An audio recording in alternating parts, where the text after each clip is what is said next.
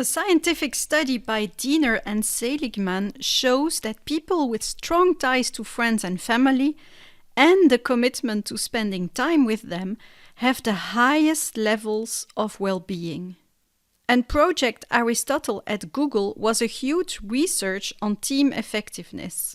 It showed that psychological safety within a team made a huge difference in performance. So, in your life and in your team, good relationships will make a huge difference. But did you know that your most strategic relationships will power exponential growth?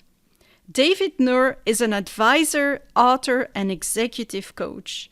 He specializes in a rare combination: innovation through relationships. He has written several books about the topic, and in his last one, Curvebenders, and in this podcast, he shares how your relationship management can really make a difference for your bottom line.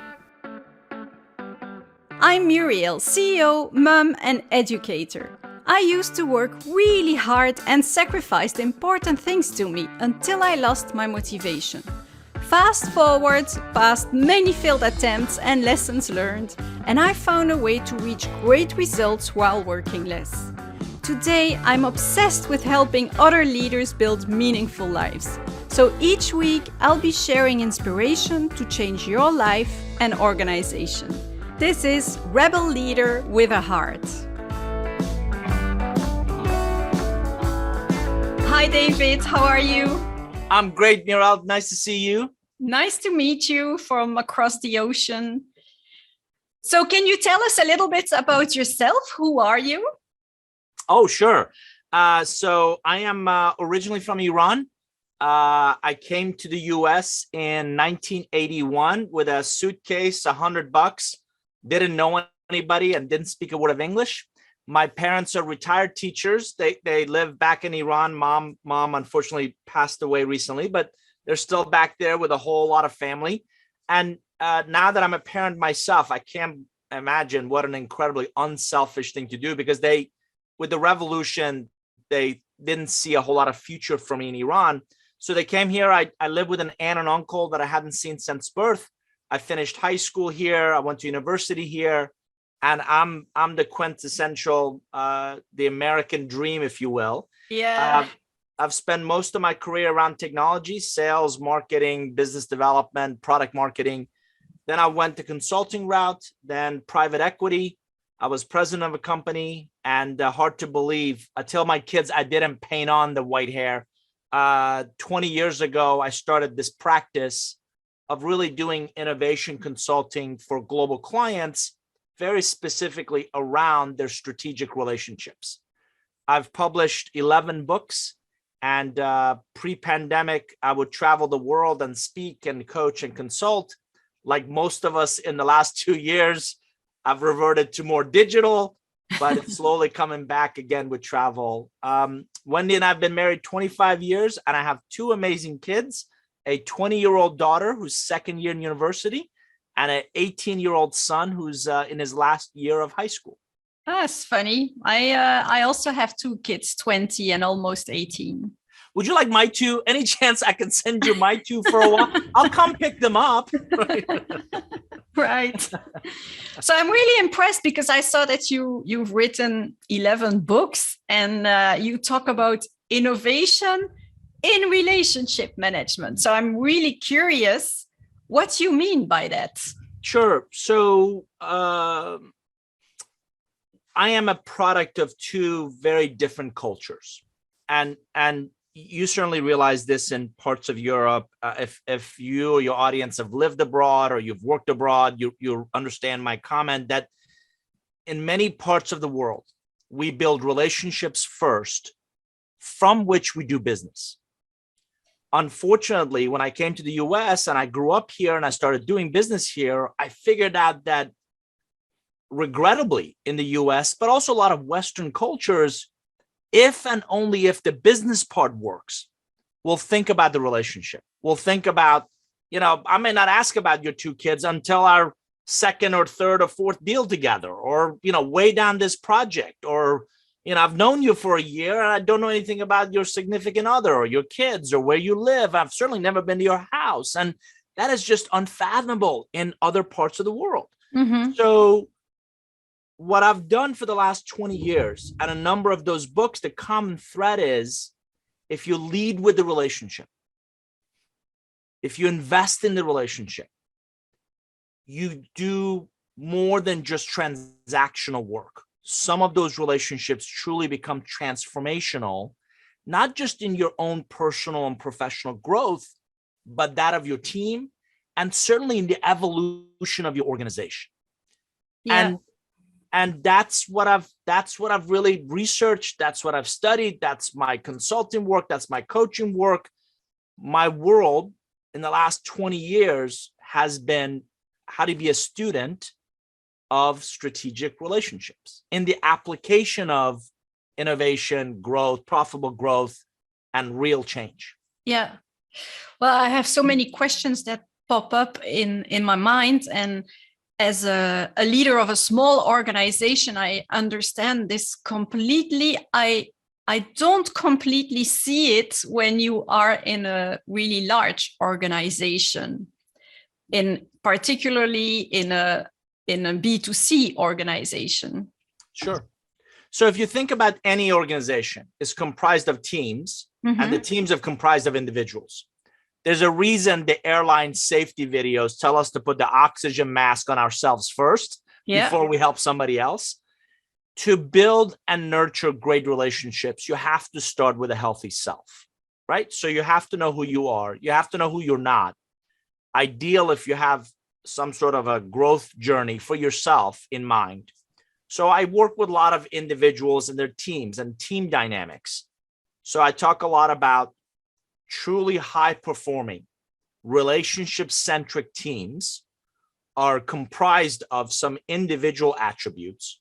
For example, those individuals are competitive, but they don't try to win at any cost. There's some team dynamics like candor, which is badly missing from a lot of large organizations, Yes. right? I don't want to say anything because it could be a career limiting move. Yeah. And yet that team will burn $10 million or 10 million euros on a project that nobody believes in. But because they don't have a culture of candor, nobody says anything, right? Yeah.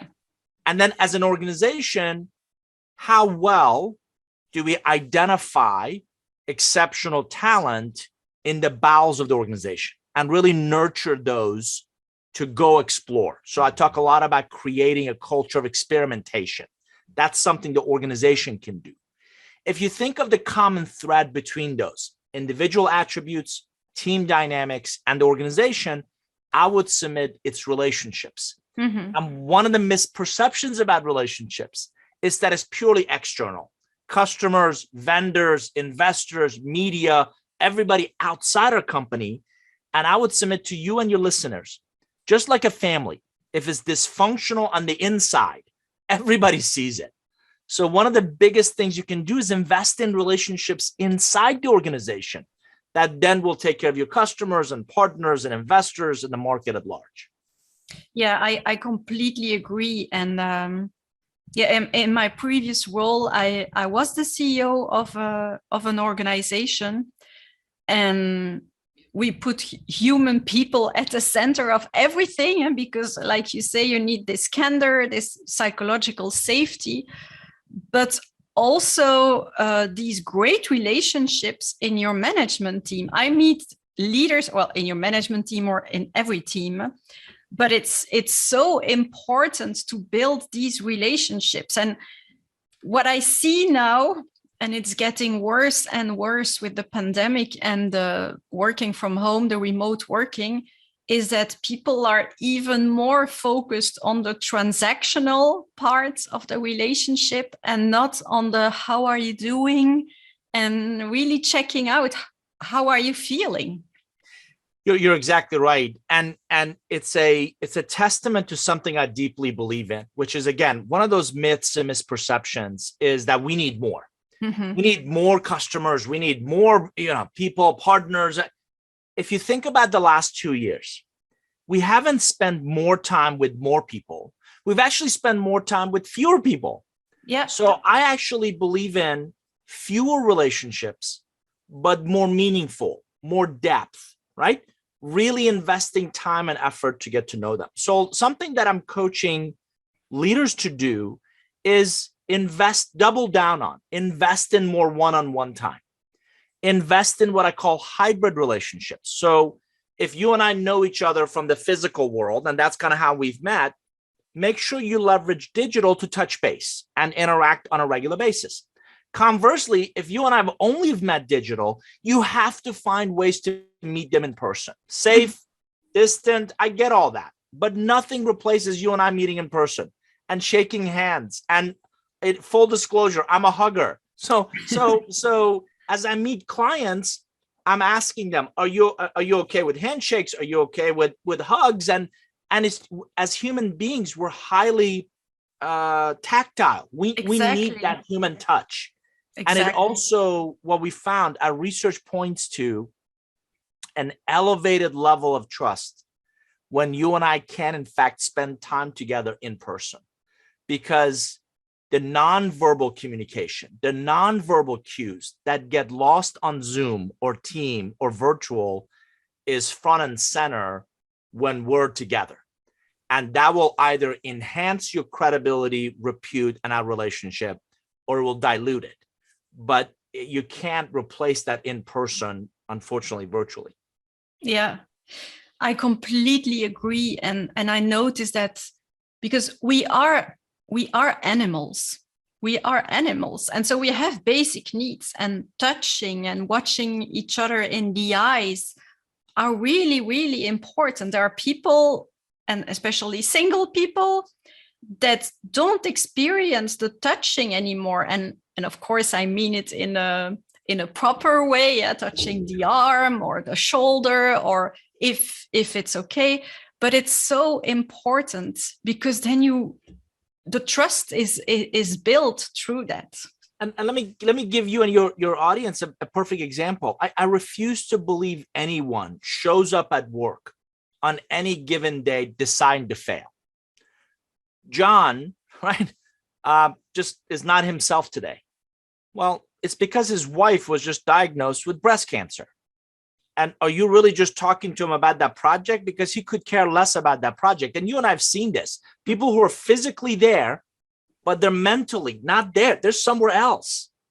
And if you don't build that culture, if you don't build those relationships as a leader, where John can come and talk to you, are you really going to get the best out of John in that role?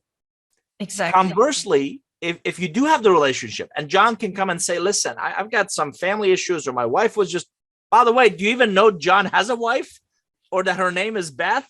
Or are you just worried about John? And there's some leaders that honestly don't care, and they think that's drama, and they don't want to get dragged into that. That's certainly their prerogative. But increasingly, and again, I need your leaders to hear this. We hear a lot about right now of great resignation. A lot of people are quitting their jobs and leaving. And I would submit they're not leaving a job. Nobody leaves a job. They leave a leader. They leave an organization. They leave a culture. And they leave because they're not being heard. They don't feel like they're valued. And by the way, this pandemic has demonstrated to them that they would much rather spend time with their kids and their parents and their friends than they would sitting in a car in traffic commuting into the office. They've realized their value. They've realized that their values, the things that are important to them, is misaligned with the values of the organization. And increasingly, they're figuring out that it isn't just about work. It isn't just about making that money. I can go make that money somewhere else. And real wealth is discretionary time. Mm-hmm. Real wealth is my ability to take an afternoon off and go spend it with my kids, or go be a sports coach, or go be involved in dance or music recitals and other parts of my life that makes up who I am, not just what I do.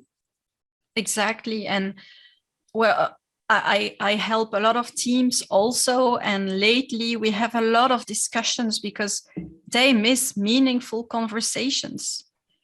But they don't take the time to do that. And I tell the leaders, you really have to plan time for these meaningful conversations. And if you want a deep connection, you need a deep conversation. You cannot get a deep connection by talking about the weather and sports. Right. That's exactly right. And by the way, just to add, to add to that, it's very difficult to have deep conversations in a Zoom with 75 people or even 5 people. So the one-on-one is critical, particularly when we're remote and virtual. I'm amazed of how much I learned from my wife and my kids. Wendy and I, for years, have asked each other, how's your head? How's your heart? And you'd be amazed of how many executives I'm coaching with just that question. Reach out to individuals that are critical to your success, that are critical to your organization, and just ask them that one question. How's your head? How's your heart? And then be quiet and listen. Exactly. And I talk about listen louder. Again, not just for what's being said, but what's not being said. And by the way, if you don't care, don't ask. Because if you ask, you better be ready for whatever the answer might be. And then you need to demonstrate empathy. So the empathetic leader, talk about relationships. Empathy is the connective tissue. Empathy is at the core of every relationships inside your organization or outside of it. So it won't suffice for me to just ask that question. I need to be able to listen and really figure out, if this person's important to me, how can I help? How can I be an asset? Sometimes it could be just listening. And I've learned that from my wife. I don't want you to solve it. I just want you to listen. Sometimes that could be the best path forward, but you better be willing to invest in that relationship if that talent is valuable to you. Yeah. And what I see now is that a lot of people are empty. They're exhausted and they're feeling like empty inside because they want this meaningful connection. They're craving for that. They don't have it at work anymore because it's going from one Teams meeting to another virtually without having that time. And it's so important. I see people, going in burnout or even resigning or becoming robots. You're exactly right. Yesterday, Murielle, I had 12 Zoom meetings in one day.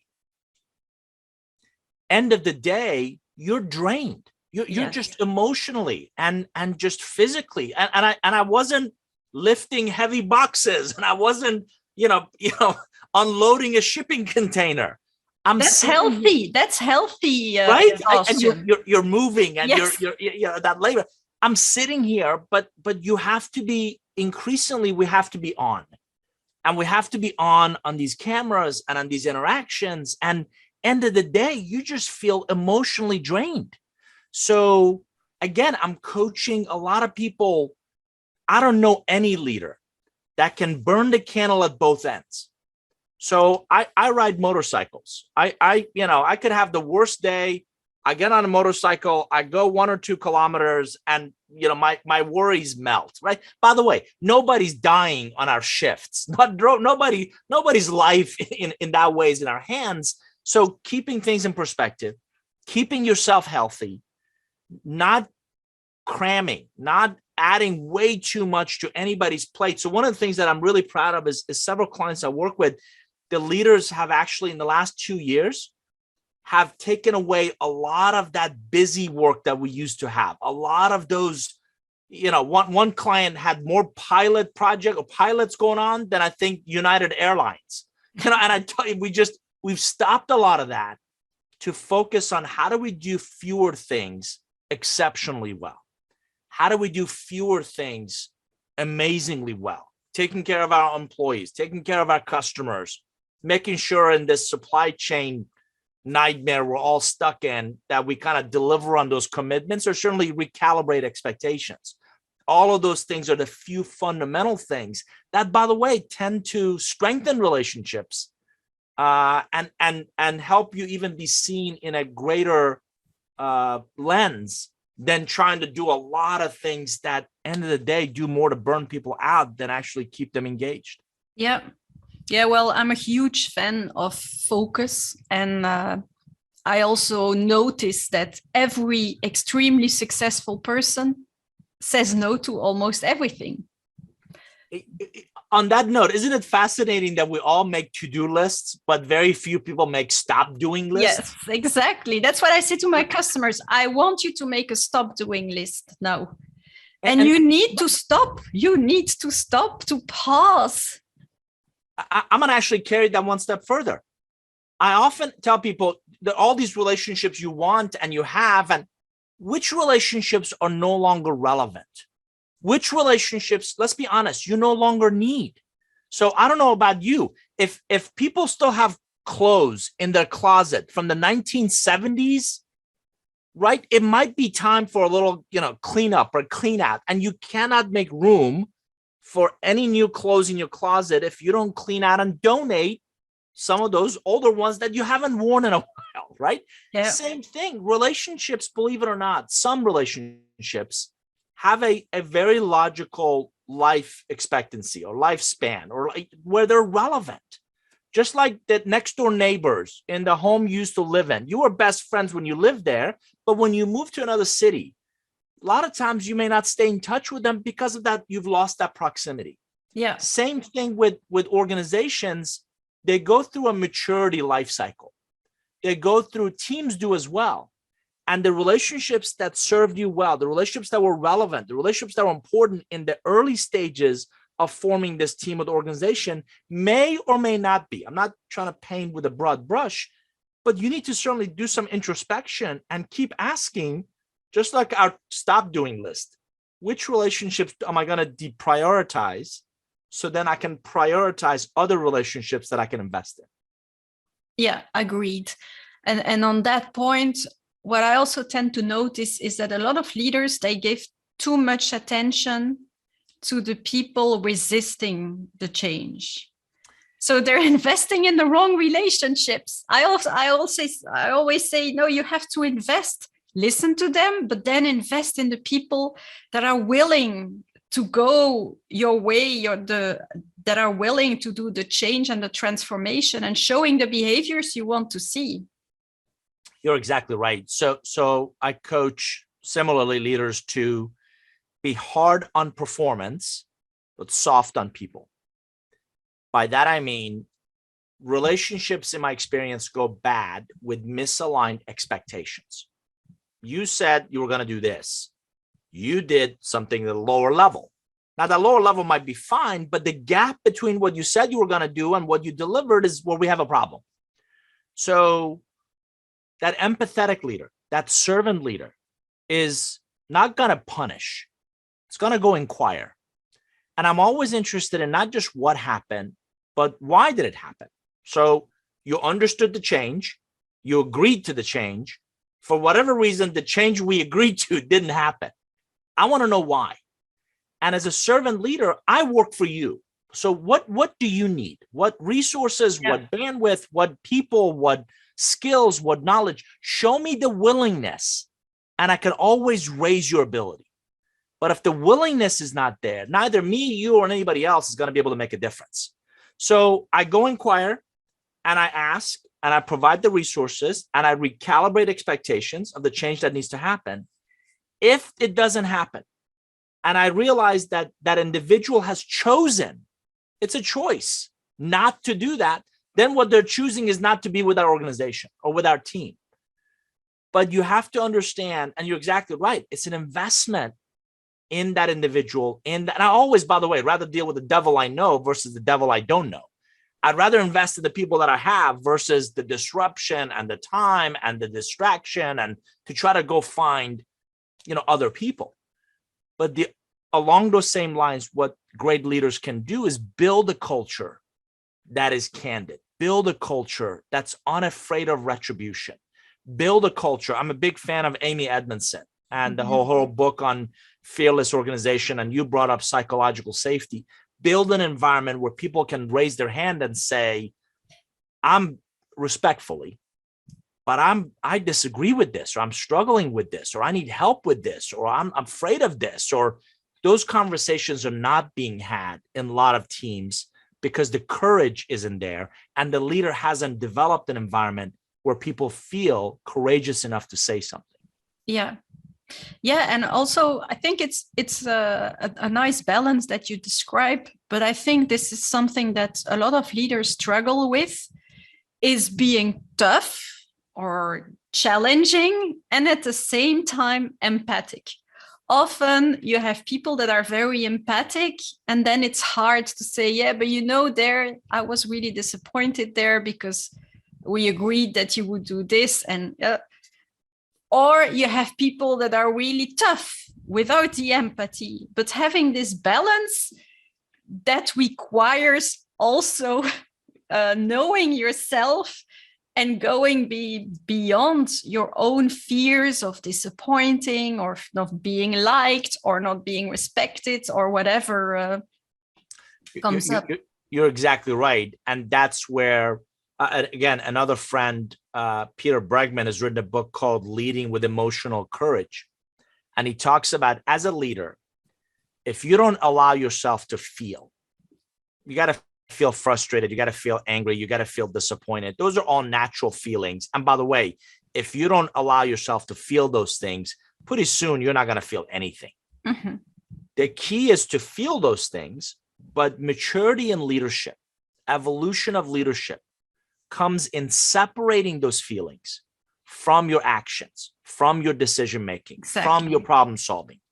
And I'm in awe of great leaders you and I have met, we know, we work with, who are just as calm and collected as possible. It seems like nothing bothers these people, but what they've done is they've figured out how to disconnect their emotions from their decision making. So I could be very frustrated with that individual, but that empathetic, that servant leader in me says, everybody's fighting a battle you don't know, you don't understand. Exactly. So if I jump down their throat, what the hell is wrong with you? Why can't you get this right? And you see people do that.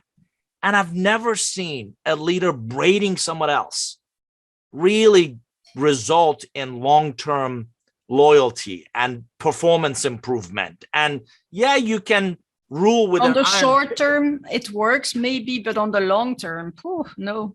And you're exactly right. So again, I talk about lighting a fire within people instead of under them, because motivation is intrinsic. It has to come from within individuals. Exactly. To want to change, want to reach a different level of performance. And the investment in understanding what makes that individual tick, what makes that team really perform at a high level, is one of the best investments in that internal relationships every leader can make. Yeah. And those feelings are so important, because often we do things to escape our feelings. And usually what we then do will not serve us. Or sometimes it might, but very often it doesn't. And you're right. So we all grew up in old school leadership where feelings, please keep those at home. Or you know what? Go talk to a shrink, or go talk to a psychologist.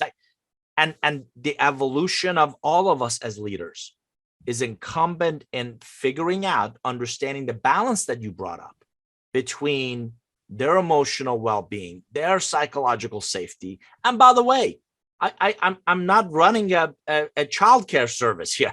It's also, we have performance measures. I'm accountable to delivering results to higher ups in the organizations or shareholders or executive committees and so on and so forth. So that's when I say, get crystal clear expectations of the outcomes, invest in the individuals, invest in the relationships, invest in their personal and professional growth.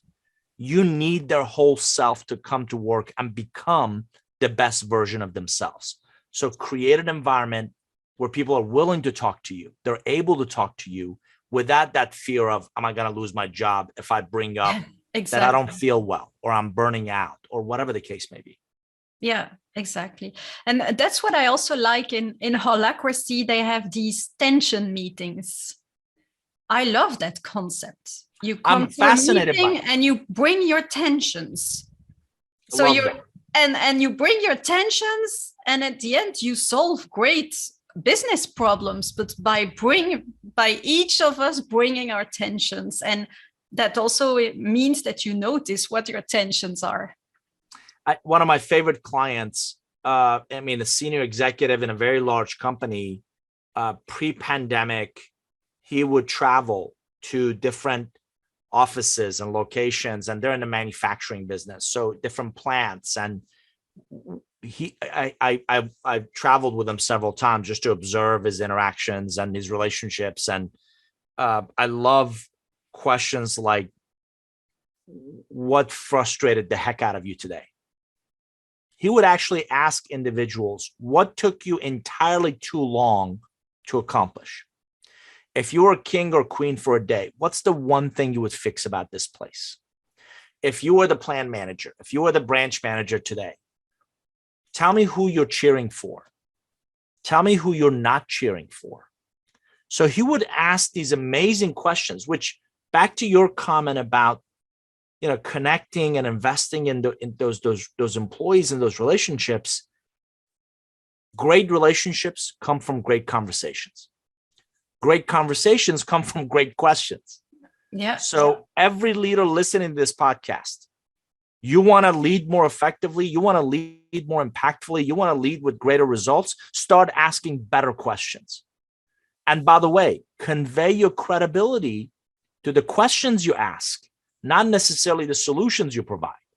Because there's a very quick story. There's a movie called Evan Almighty with Steve Carell, where he builds an ark, and Morgan Freeman is God, is the character of God. And he's having this conversation with this guy's wife and kids in a restaurant. And he makes this statement that if you ask God for more patience, he doesn't give you more patience. He gives you more opportunities to practice patience. Yeah, exactly. We so desperately need employees to be able to think. And you giving them the answer isn't going to help them think. You asking better questions creates an opportunity for them to think. What problem am I really solving? What are my possible solutions? What's the pros and cons of these different solutions? And if you build an environment where people think, which I actually believe we don't do enough of, I think you can raise the bar on themselves, on the team, and the organization. Yeah, completely agree. But how do you start? So imagine now you have a team where everyone spends like 80-90% of their time in back-to-back meetings. They're exhausted. They are listening to you. They're hearing you. They agree with you. But then they think, okay, but where do I start? Sure. I don't have time. I don't have time to listen to the people. Right. Let me try to help with 3 ideas. Number one, particularly as knowledge workers, particularly in the last 2 years, we've all immersed in this incredibly overwhelming, sometimes digital life, right? We're on our computers, we're emailing, we're Zooming, we're FaceTiming, we're doing all this digital.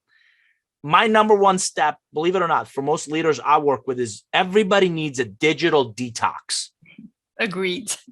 Particularly during holidays, disengage. I promise you, Earth will still revolve, right? The company disengage. Not much. Most of my clients, right, their heads are into the holidays and time with their family. Disengage. So not out of office and I'll get back to you. I'm out of the office for the holidays. I will not be checking email. I will not be returning your calls when I get back. If you want me, if you need me, get in touch. All the notifications. Yeah. Disengage. My comment of nobody can burn the candle at both ends. I think if you do that, I think you kind of help people reset their mental health, reset their commitment, reset. Use this time to kind of reset. Number 2, one of the things I love about a new year is the potential for people to create what I'll call new you resolutions. And it's not about what you're going to accomplish. It's about who do you want to become. Yeah, there also I agree. Yeah. right? So the opportunity in embarking on a new year is, as I said, how do we focus? And I call this technique a go on a listening tour. So I think leaders can do a better job of embark on a listening tour and really focus on how do we get the team, as I said earlier, to focus on doing fewer things, but let's become world-class. Let's become exceptional at doing those. It's amazing in every organization. You see it, I see it. We do all this busy work. And I think a lot of people confuse vibration with forward motion. We have meeting after meeting after meeting. Let's have a meeting for a meeting that's running with agility. Yeah. Right. We have meetings for a meeting that's coming up for a meeting. I'm like, if I can't add value, please don't invite me. I just don't need to spend more time in meetings. So again, fewer initiatives, fewer fundamental kind of company or team makers will allow you to focus. And what I'm trying to do is, and the third one is, how do we balance performing with learning? Murielle, one of the things that I deeply believe in is the day you stop learning and growing is the day you become complacent. And the day you become complacent, you're no longer valuable to your biggest asset, which is actually your portfolio of relationships. So if you don't make the time to capture, internalize, synthesize, analyze, and then let things emerge also. Course correct. So one good example, I work with clients on something we call First Friday. So first Friday of every month, we not only look at last month's data, but we start to talk about what we don't fail, we have learning moments. So what were our learning moments this past month? What will we choose to do differently this next month? And you go around and you talk about what went well, what are the struggles, what are the challenges, what do you want to do more or less of? And you come up with a set of really prioritized pursuits for this next month, based on not just gut feel and opinion, but based on data. That, you know what, here are the things that went well, here are the things we struggled with, here's some ideas, and I'm opening up the room or the team to how do we raise the bar? How do we elevate what we're doing, how we're doing it? But if you get in a regular cadence to listen to all the voices, I think you might be really surprised about where great ideas can come from and help you see those potential blind spots that you're just not pervious to. So I think those three might really help leaders think differently about how to invest better, more intentionally in their internal relationships. Yeah. Okay.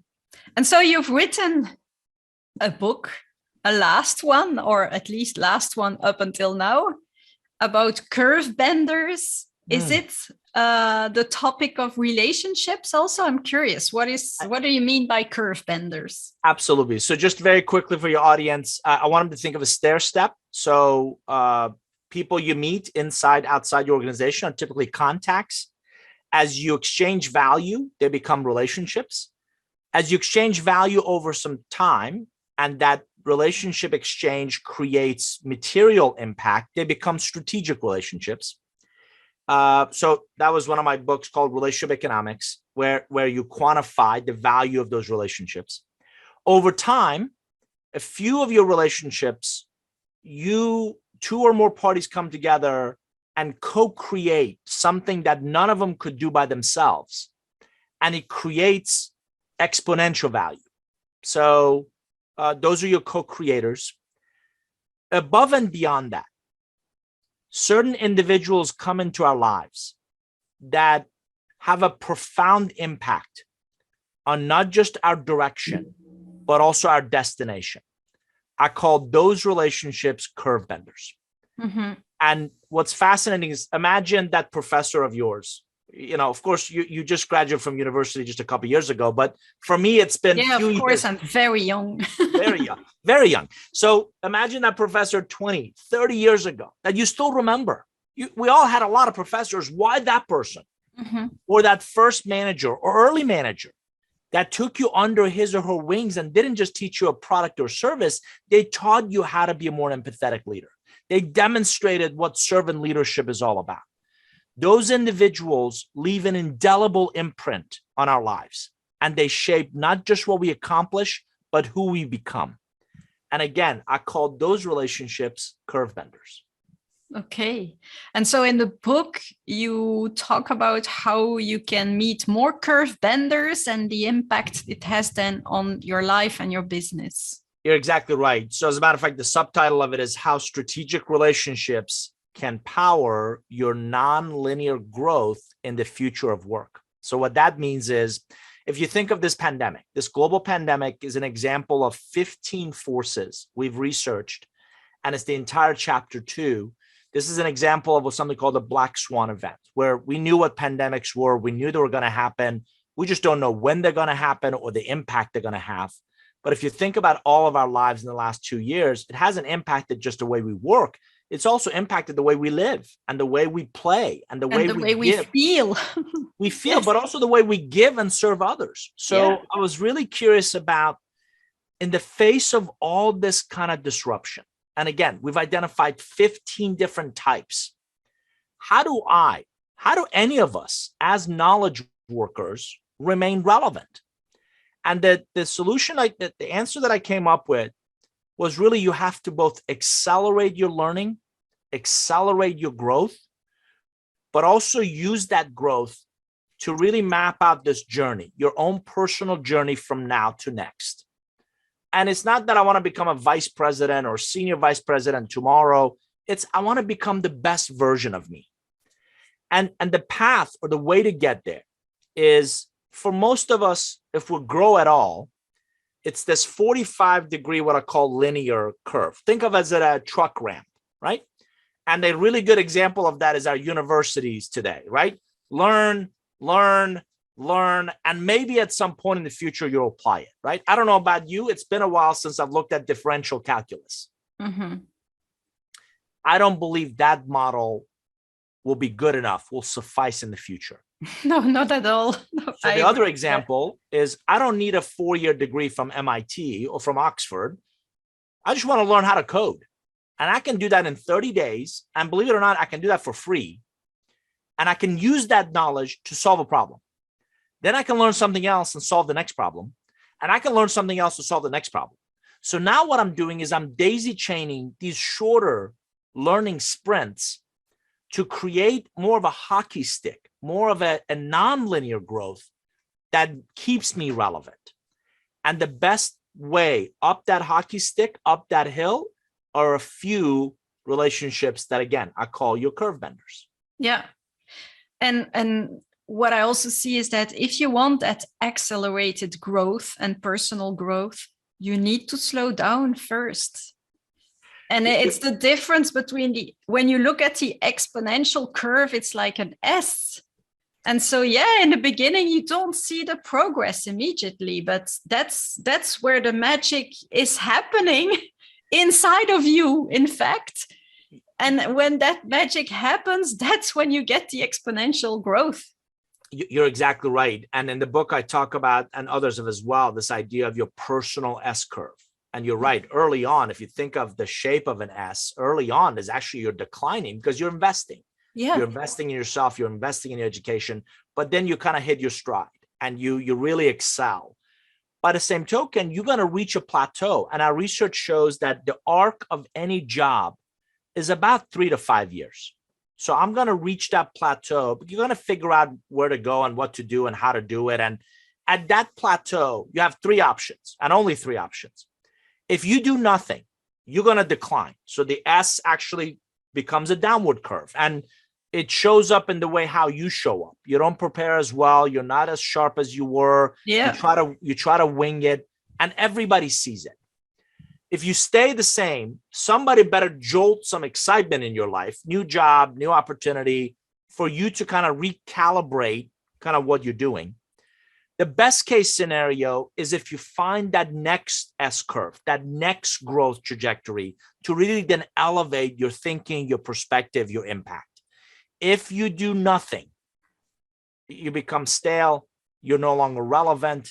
You're going to see your other colleagues get promoted and become, take on more responsibilities. Increasingly, I'm seeing my clients sell off divisions or parts of the business that they don't believe is core to their future. So these are all examples of that plateau, of that top of the S curve, where the leader unfortunately either didn't see it, didn't recognize it, or did nothing about it. And it just became stagnant. It became less valuable to others. But the same is happening when you grow old. I've read a study that shows that the people that keep learning new things, when you keep learning new things, you keep creating new cells. And so you remain longer and also healthier for a longer time. As soon as you stop learning new things, your brain starts to shrink, and you are also more at risk of a lot of diseases. And that's when you really go down as a person. You're exactly right. So one of the first steps that I talk about in 7 steps to meeting potential curve benders is really a personal foundation. And that is fundamentally a growth mindset, a entrepreneurial mindset, regardless of the size of the company you're working for, and a digital mindset. And one of the fascinating things about a digital mindset is that it forces you to continue to learn. Think about how many organizations were in a video culture before this pandemic, right? Mm-hmm. Well, we quickly figured out how to have meetings and use Zoom or Teams or WebEx or whatever, right? So as long as you continue to learn and grow, you're exactly right. The neurons, synapses are going to keep firing, and you're going to remain sharp and relevant. And at the moment, I think a lot of leaders are ignoring, Bitcoin, and they're ignoring blockchain, and they're ignoring NFTs. And their comment is, well, that's just not relevant to me. The single largest global patent holder of blockchain technology is Bank of America. It's a 100-plus-year-old bank. Why would they care about blockchain? Because they realize it will replace traditional banking, probably. Yeah, absolutely. And they're doubling down on. And it's not just entrepreneurs. Large organizations are realizing that, as I said, all of our research believes we're going to face more disruption in the next decade than we ever have. In our whole life, yeah. And if all of this is coming at you, how will you, as a leader in a large organization or otherwise, how will you remain relevant? Exactly. And it's not by working harder. That's not possible anymore. Yeah. Okay. So thank you for that. So I have still 2 questions, because this is a rebel leader with a heart. So I'm curious to know, what is your rebel leader or your rebel side, and what is your heart side? Oh boy, I've long been accused of not being patient. So I want that thing, or I want that next step, or that hill, as quickly as possible, and also in some ways visionary to a fault, right? I'm optimistic. I believe in a better future for my kids than we've ever had. Ever since, you're gonna laugh at this one, ever since I think I was 4 years old, I dreamt of being an astronaut. So I'm fascinated by space exploration. So that potentially could be the rebel. And I'm also unapologetically candid. So as an outsider, you and I may be able to tell leaders things that inside the organization they may not. But I always tell every client, you're either going to love my candor or you're going to hate my candor. So that's the rebel side. The heart is another client described me as Nour genuinely, authentically wants the best version of you. And I'm reminded of a conversation someone had with Peter Drucker, and Peter Drucker was asked, "Do you want to be remembered, or do you want your ideas to be remembered?" Mm-hmm. It's less about my coaching or mentoring or my consulting or those. It's having these ideas heard, internalized by leaders who want to learn and grow and evolve, and really the application of these ideas in their own lives. I'm grateful for you having me on this podcast, but I don't need to hear myself talk. The goal is plant a seed with if I change one of your listeners, if I have them hear this message, start internalizing it, maybe read the book, maybe apply some of these ideas in their own lives. And if they're better off because of that, my job is done. So that's what I want in my heart, is for these ideas to make a difference in the lives of other people. Great. Thank you for that. Thank you. So where can people find you? Very kind of you to ask. So probably the easiest place is our website, Nour Group, Nour group.com. I don't know about you. One of the things that I've noticed in the past year or so, the popular social networks have become very political. They've become very polarizing, and they've become very promotional. So one of the trends we're seeing are these idea of micro communities. I belong to 4 or 5 different ones. Think of your favorite baker or butcher or deli that you go to in your life. Similarly, you belong to these different communities for different reasons. So we've built one. We call it the Nour Forum, and it's free. It doesn't cost anything. So for you and your audience, if you go to nourgroup.com/forum, you can join us there. It's a private community. And that's where I talk more about relationships and innovation and real change and a lot of what we've talked about so far. There's roughly about 2,500 people there. And it's just I'm there every day, and I'm sharing ideas and engaging other members. And it's just a really cool place to continue these conversations. Great. Wonderful. I will check and join your forum then. Perfect. Well, it was really great. It was really great to have you in this podcast. I was really curious about your relationship economics, and it's funny because it always comes down to being human, being a human being, talking to another human being, and in the end, it's all that matters. So thank you for having me. You're exactly right. It's end of the day, it really is that one-on-one connection that makes an enormous difference in all of our lives. Yeah, and that's the ones that you will remember later on, and not the project you worked on for so many hours. Yeah. That's right. Okay, thank you. My pleasure. Thanks for having me. As always, I really enjoyed this conversation with David. And I hope it inspired you to stop wasting your time on more work and start investing your time in great relationships at work and in your life. They will have a bigger impact on your results and happiness than a couple of hours extra work. So thank you for listening to this podcast. I know there is so much choice out there and you choose to listen to this one. So thank you for that. Don't forget to subscribe if you haven't done so, or to leave me a review. Bye!